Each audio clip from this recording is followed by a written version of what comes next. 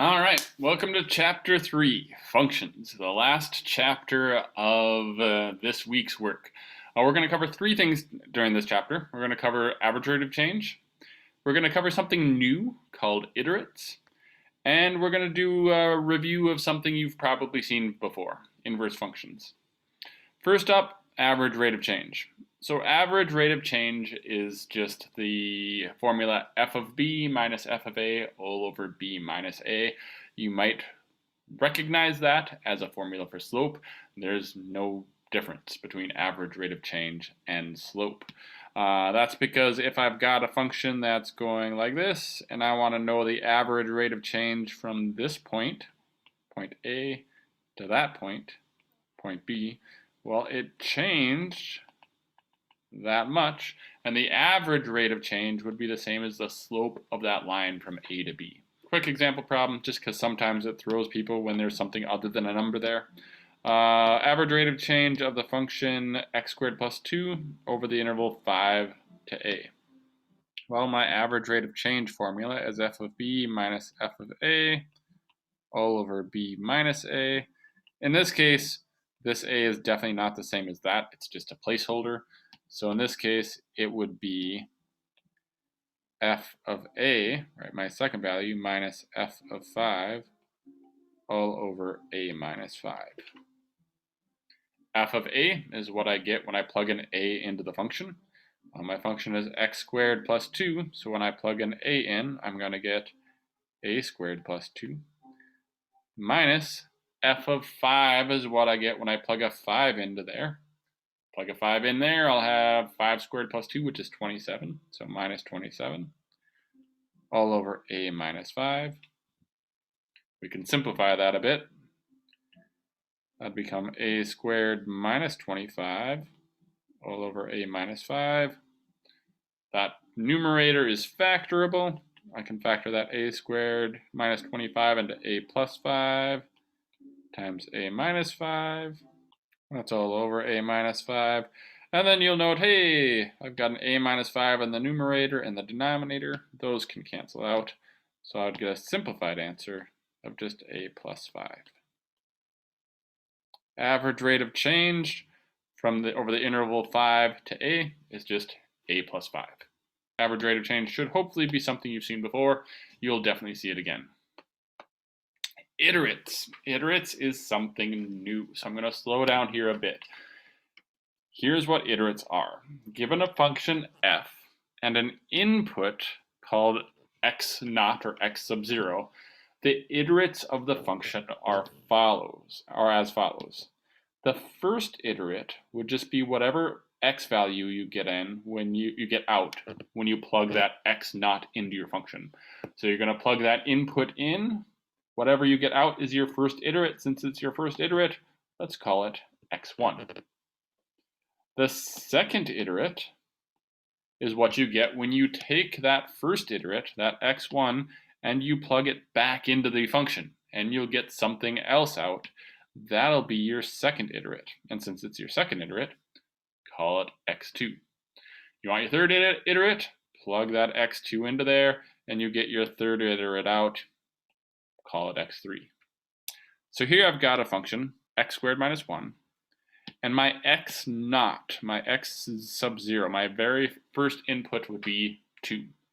So I'm going to find the iterates of x squared minus 1 when my first input is 2. So the first three iterates, well, the first one I find by just plugging that 2 in. I find f of 2. F of 2 would be 2 squared minus 1, which is just 3. So my first iterate is 3. To find my second iterate, take that 3 and plug it back into the function. Well, that'd be 3 squared minus 1. 3 squared minus 1 is 8. My second iterate is 8. To find my third iterate, take 8 and plug it back in again. That'd be 8 squared minus 1, which is 63. And I could keep going and find a fourth iterate and a fifth iterate, and as far as I want, I could just keep on going. I'm not going to, but I could just keep going forever. So iterates are kind of like a feedback loop. You plug something in, get something out, whatever you get it out, you plug back in again. That's really all we're doing with iterates this week, but next week we're going to start finding a lot more cool things about iterates. So this week, just practice with it. All right, very last thing in this chapter is inverse functions. You should already have a basic understanding of inverse functions. Inverse functions are functions that undo each other. So for instance, if I had one function that took a number and added 3 to it, the function that would undo that would then just subtract 3, right? It would undo that adding of 3. So a general idea of inverse functions is functions that undo each other. They kind of cancel each other out. Inverse functions have two main properties that you should be aware of. First of all is this first one. F of f inverse of x is x, and f inverse of f of x is x. That might seem weird, but just look at it like this. If I had x as an input, and that f did something to that x, it's going to change it. But that f inverse will then just undo all of those changes, and you'll end up right back where you started.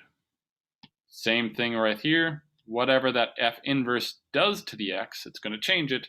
The f is going to undo all those changes, and you end up right back where you started at the exact same value. So, inverse functions undo each other. If I had f of 5, and I did f inverse of f of 5, whatever that function did to the 5 to change it, the inverse function would undo all those. I'll end up right back at 5.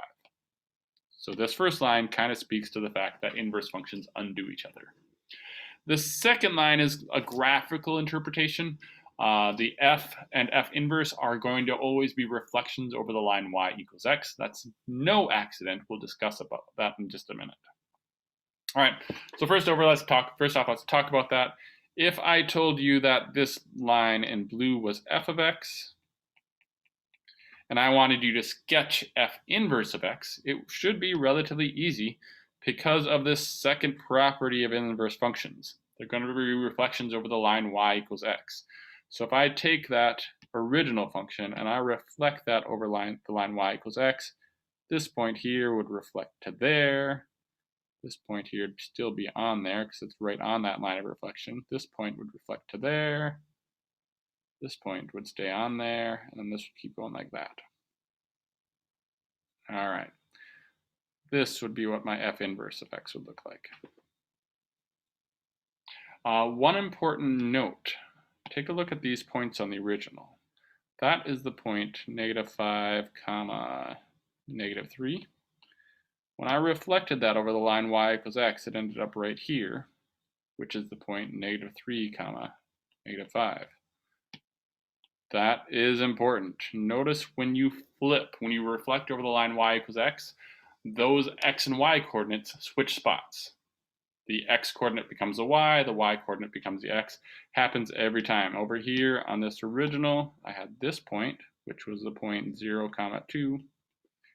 And when it flipped over that line y equals x, it became this point here, which is 2, 0. Anytime you have a reflection over y equals x, those x and y coordinates switch. Any point on the original, a, b, becomes the point b, a on the reflection. You might recall something about switching the x and the y when you find inverse functions. This is one of those reasons. You literally switch the x and the y, and you're now not on the original function. You are now on the inverse function.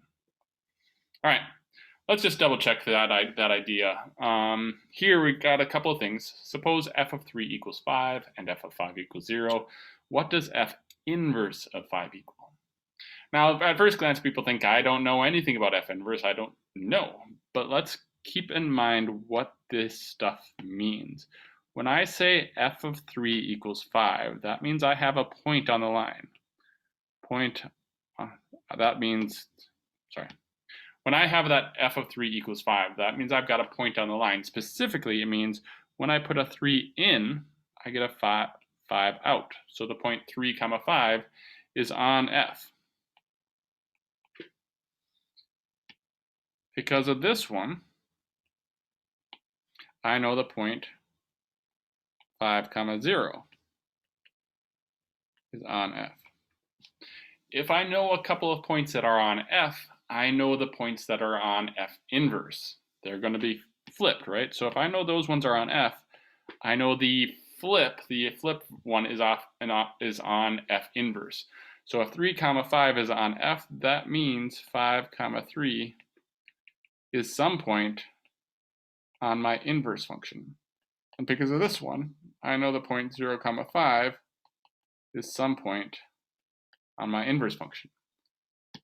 I was asked, what is F inverse of 5? Well, that means, what do I get out when I plug a 5 in? Right there. When I plug a 5 in, I get a 3 out. F inverse of 5 is equal to 3. It's right here. If f of 3 is 5, if whatever I put into f gets me a 5 out, when I put a 5 into my inverse function, I should undo all those changes and end up back where you started. End up back at the 3. All right. Last but not least, find the inverse of this problem. This is the type of thing that you're used to seeing. Here is where you've seen this before, you often rewrite it as y equals x over x plus 1. A lot of you guys remember something about switching the x and the y and then solving. I always change the color, and as soon as I switch the x and the y. And the reason I do that is because of this. These functions are the exact same function. That's my original. As soon as I switch it, that's my inverse function. It's just not written very nice right now because it's not a nice y equals function. So to get it to be a nice y equals function, I just need to start doing algebra to get y by itself. And you might remember algebra is all about undoing things, and inverse functions undo each other. Literally, as I get y by itself, I'm going to undo everything the original equation did until finally I get y by itself and I undid everything and I've got myself a function that undoes the original. All right, so let's actually take care of something like this, because especially when there's two y's, that kind of throws people off. So algebra is about getting rid of things we don't like. I don't like that there is this fraction here. So I would probably take care of it by multiplying both sides by y plus 1. Because then at least I'm not dealing with that fraction. Let's see here. On the right, on the left side, if I distribute that x, that'll be xy plus x equals, on the right side, those cancel out. I just get y by itself. I want y by itself, but I've got y's over here and y's over there. I don't really like that. I would really prefer they're both on the left side. So I'm going to move this y over here by subtracting. I'm going to move that x over there by subtracting. I'll have xy minus y equals a negative x. And then I've got two terms that both have something in common. They both have a y in common. So factor a y out. Y times x minus 1 equals negative x. And now it's pretty easy. To get y by itself, divide by x minus 1. Y equals negative x over x minus 1. That is my inverse function. Since I know it's my inverse function, I might as well use it with that correct notation. They called the original h of x, so let's call this one h inverse of x. It's negative x over x minus 1. That is the function that will undo my original. That is my inverse function. And that is the end of your videos. I'll see you guys in class.